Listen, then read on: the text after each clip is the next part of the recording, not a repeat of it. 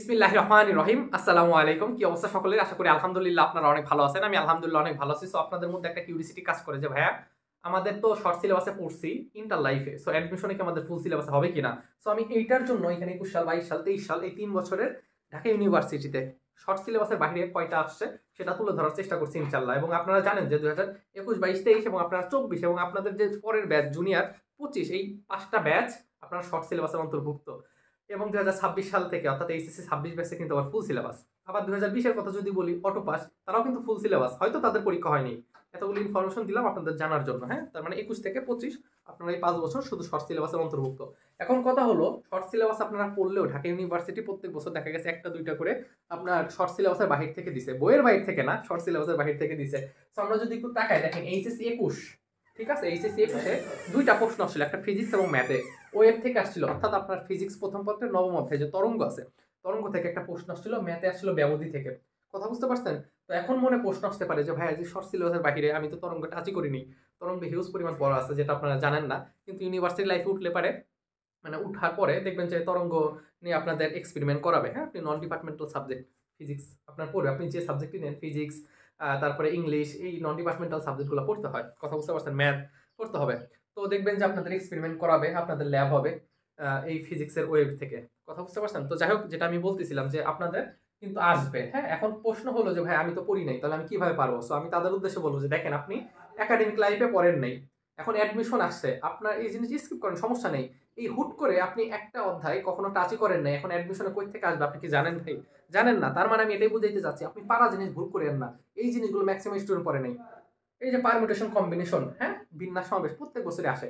যে এতগুলো সাজাইতে কি পরিমাণ, বা এই জিনিসটা একটা দল গঠন করতে কি পরিমাণ লোকের প্রয়োজন, ঠিক আছে? সো এই টাইপের প্রশ্ন কিন্তু আসে। তো অনেক স্টুডেন্ট বোঝেই না দল গঠন আর সাজানো, কোথায় কম্বিনেশন হবে, কোথায় পারমুটেশন হবে, কোথায় বিন্যাস, কোথায় সমাবেশ।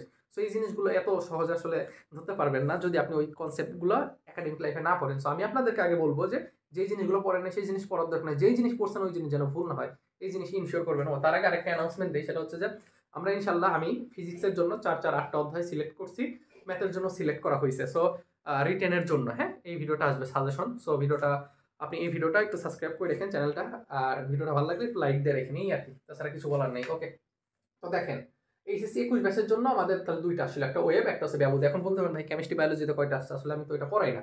আর ওইটা অ্যানালাইসিস করতে হলে যে বললাম না, অ্যানালাইসিস কি মুখ দিয়ে বললে হয় নাকি? তার মানে আমার ওই সকল, কারণ আমি যখন এই প্রশ্নটা পড়ছি ২১ সালে ১৫টা এমসিকিউ যখন পড়ছি, তখন ধরতে পারছি যে হ্যাঁ এটা তো ওয়েব, এটা তো তরঙ্গ, তরঙ্গ তো ছিল না, এটা তো ব্যবধি। ঠিক আছে, আমি ধরতে পারছি। যখন আমি এই যে ম্যাথে ধরছি যে এটা ফাংশন, এটা ডোমেন, এটা কোডোমেন আসছে, যেটা আপনাদের সিলেবাসে ছিল না। ফাংশন অধ্যায়ের ডোমেন এবং কোডোমেন। কিন্তু কেমিস্ট্রি বায়োলজি এরকম যখন প্রশ্ন পড়বো আমি কি ধরতে পারবো? পারবো না, কারণ আমি স্টুডেন্ট পড়াই না।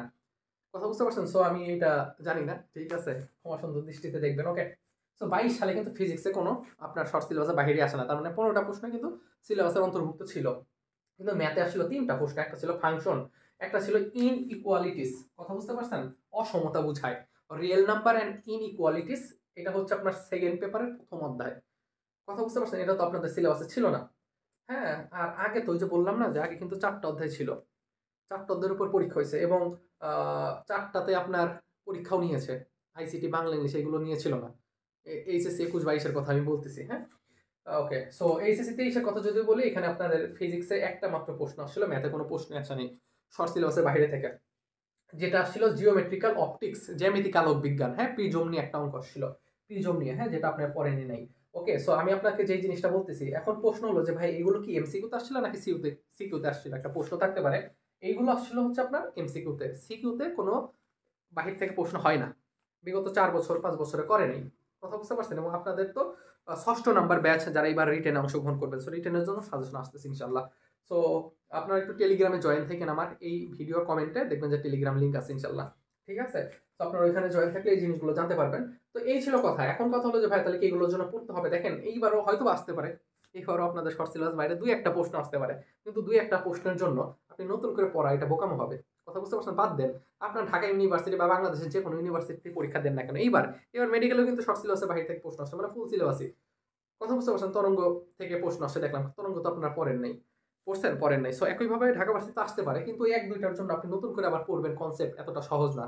সবকিছু এত সহজ হতো তাহলে তো ভালোই হতো। সো আমার রিকমেন্ড থাকবে যে আপনি যেই জিনিসগুলো পড়ছেন সেই জিনিসগুলো বারবার করে একটু রিভিশন দেন ইনশাআল্লাহ। তাহলে আশা করি ভালো কিছু হবে। আর যারা আমাদের একটা কোর্স আছে, কোর্সে ভর্তি হইতে চান, আমাদের বিস্তারিত প্রথম কমেন্টে বলা আছে এবং স্ক্রিনে হয়তো বা দেখতে পারতেছেন। চাইলে হইতে পারেন ইনশাআল্লাহ ফিজিক্স, ম্যাথ। আশা করি হতাশ হবেন না ইনশাআল্লাহ। তো পড়াশোনা চালাই যান। কথা হবে ইনশাআল্লাহ অন্য কোনো একটা ভিডিওতে। তো আজকে এই পর্যন্তই। আসসালামু আলাইকুম।